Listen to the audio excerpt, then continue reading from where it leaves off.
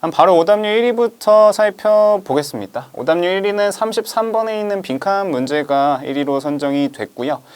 아무래도 뭐 빈칸 문제가 고등학교 모의고사에서 이제 접하게 되는 유형들 중에서는 가장 낯선 형태일 수가 있어서 그런 것 같습니다.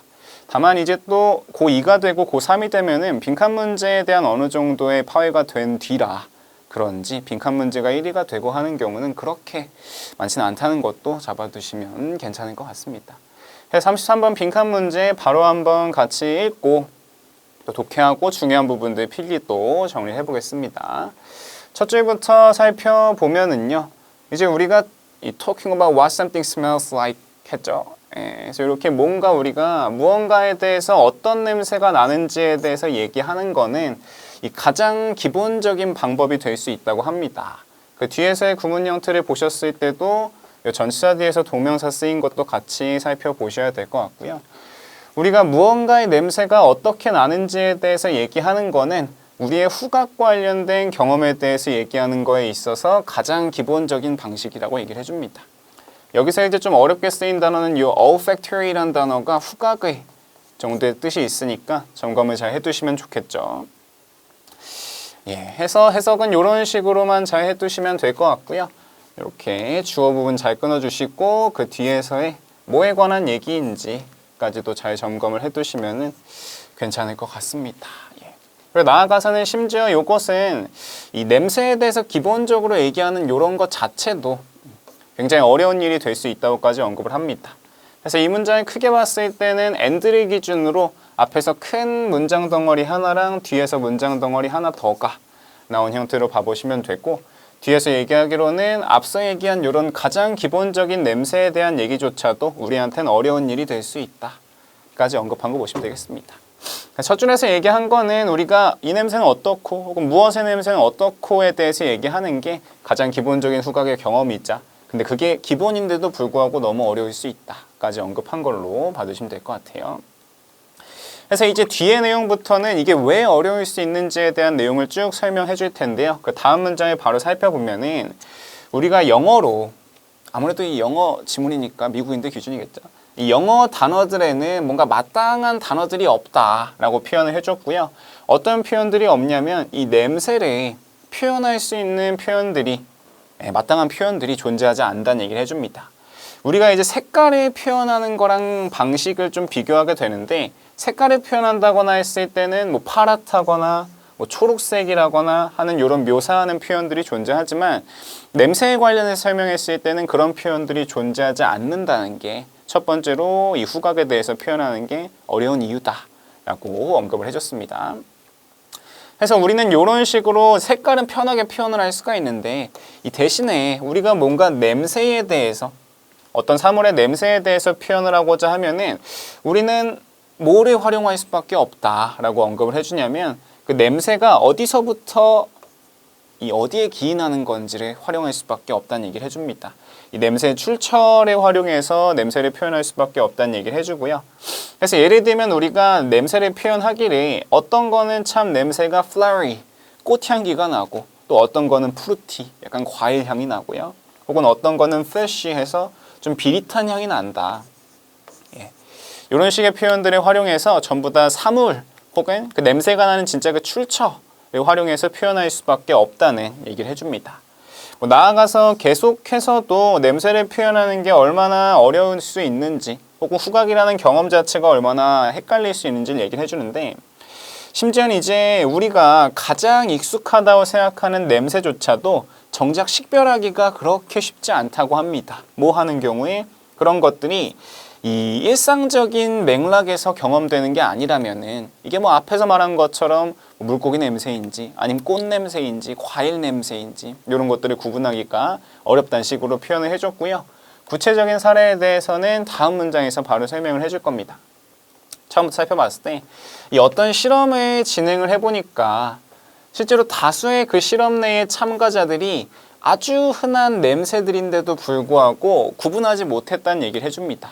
여기서 단어가 한번 크게 바뀐 걸 살펴보면 앞에서 식별하다, 구분하다 의미에서 identify라고 사용됐던 표현을 name이라고 바꿔줬는데 당연히 해석하시기를 여기서의 name이라는 표현은 앞에 쓰였던 identify랑 같은 의미로 잘 생각해서 해석을 해보시면 될 것 같고요. 그래서 우리가 원래는 흔하게 뭐 구분을 할 수 있었던 뭐 맥주 냄새, 아니면 뭐 소변 냄새, 아니면 뭐 장미향, 혹은 엔진 오일 같은 냄새, 이런 냄새들을 우리가 흔하게 구분을 할 수 있었는데, 다만 구분하지 못한다는 얘기는 아니고, 이게 무슨 냄새지? 라고 했을 때 퀴즈를 내게 되면 정확히 이름을 맞추지 못하더라 라는 식으로 질문이 가는 겁니다. 물론 이렇게 얘네가 아예 냄새 자체를 구별하지 못한다는 의미는 아니라는 걸 한번 정리해 줍니다. 얘네가 그거가 무슨 냄새인지 이름을 못 붙였을 뿐이지, 분명하게 또 이 어떤 하나라도 이름을 잘 붙이지 못한 사람이라고 할지라도 걔네가 그렇다고 이 맥주를 마시지 않고, 당연히 맥주를 마시지 이 소변이나 엔진 오일을 마시는 경우는 없었다는 겁니다. 이 냄새를 통해서 식별을 하고 어떤 걸 마실지 골라야 되는 상황에서 각각이 어떤 냄새인지 구별하는 건 좀 어려울 수 있었지만, 당연하게도 먹지 말아야 될 것과 먹어야 될 거는 구분해서 정리할 수가 있었다는 얘기를 해주는 거겠죠. 그래서 여기서 우리가 살펴볼 수 있는 게 이 진화라는 녀석이 우리의 뇌를 어떻게 형성시켰는지를 살펴볼 수 있다고 합니다.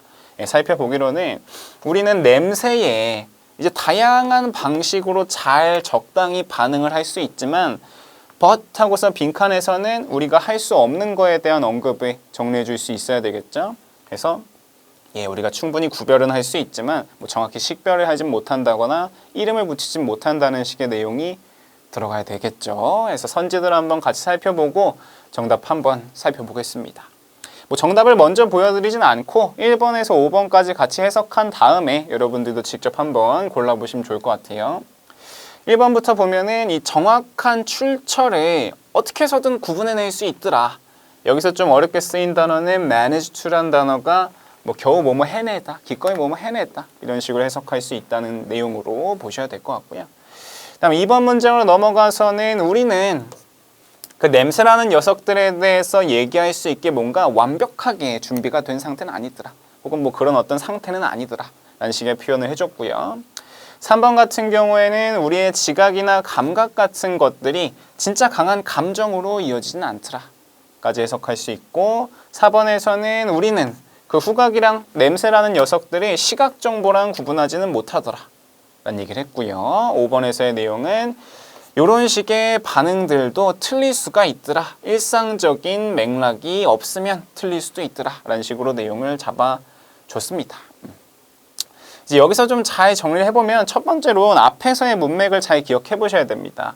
빈칸 문제는 절대로 주제 문제가 아니기 때문에 선지에 있는 내용들이 되게 주제랑 어울리는 것 같은데 라고 해서 답을 고르시면 안 되고, 빈칸이 들어가는 자리에서의 맥락이랑 구분을 하실 수가 있어야 되겠죠. 그래서 마지막 문장 부분만 다시 한번 해석해 드리고 정답까지 같이 얘기를 해드리면은, 이제 우리가 앞에서 얘기했던 게 실험자들이 정확하게 그 냄새에 이름을 붙이진 못했지만 그렇다고 해서 뭐 엔진 오일을 마시고 있지는 않더라, 최소한의 반응은 할 수 있더라라는 얘기를 해줬고요.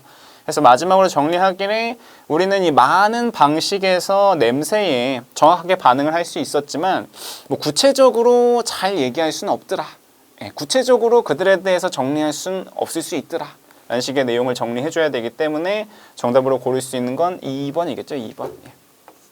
그래서 2번 형태로 우리가 그것들에 대해서 정확하게 말할 수 있는 형태나 혹은 상태를 갖추지 못하더라 까지 봐두시면 되겠습니다. 이 정도로 봐두시면 되고요. 아마 5번 선지를 많이 고르셨겠죠. 5번에 있는 형태를 다시 한번 살펴보면은 이러한 반응들이 이 일상적인 맥락이 없다면 틀릴 수가 있더라 라는 표현이 쓰였는데, 이 표현은 이제 앞에 나왔던 내용이랑이 대꾸를 생각해 봤을 때 2번 선지만큼 어울릴 수가 없어서 잘못된 형태로 살펴봐 두시면 될 것 같습니다. 그래서 빈칸 문제는 조금 더 이 지문 전체적으로 파악하기보다는 빈칸에 있는 형태, 빈칸 자리에만 초점을 맞춰서 정답 고를 수 있게끔 살펴보시면 될 것 같아요. 그러면 33번은 여기까지 살펴보고 그 다음 문제도 바로 살펴보겠습니다.